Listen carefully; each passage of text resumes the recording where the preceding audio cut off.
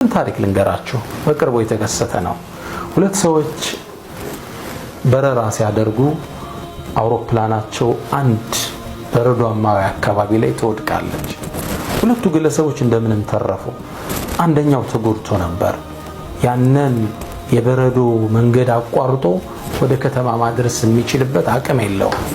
መጨረሻ ምን አለው ለጓደኛው፣ እኔን ጥለኸኝ ሂድ፣ መዳን አልችልም፣ አንተ ራስህን አድን አለው።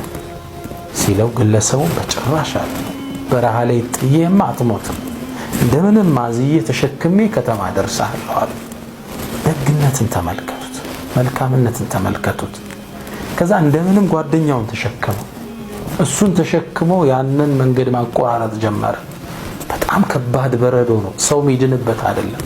ሲደክመው እሱን ሲያወርደው፣ አልመቸው ሲል ሲያሽከረከረው፣ እንደምንም ተሸክሞት ያንን የበረዶ መንገድ አቋርጠው ከባዱን ቦታ አቋርጠው ሆስፒታል ደረሱ። ሁለቱም ሕክምና ወሰዱ፣ ዳኑ። ዶክተሮች ተገረሙ። በዚህ መንገድ ላይ ወድቆ በዚህ የበረዶ ደረጃ በዚህ ሴንቲግሬድ ላይ ባለ በረዶ ትንሽ ደቂቃ የቆየ ሰው ይሞታል፣ እንዴት ልድኑ ቻላችኋል? እኔ ተሸክም ያመጣውታል። ሚስጥሩም ያለው እዚህ ውስጥ ነው። ዶክተሮች ምን አሉ? እሱን ጥለኸው ብቻህን መጣ ቢሆን ኖሮ አንተ ማድን ማለት ነው። ምክንያቱም በረዶን መቋቋም አትችልም።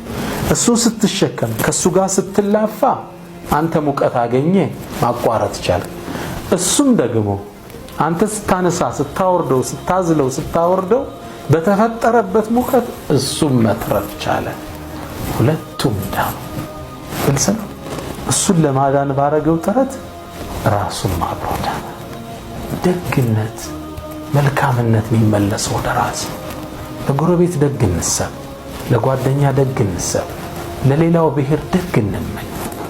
ሁሉም የተሻለ እንዲሆን መልካምን ነገር ውስጣችን እናስቀምጥ።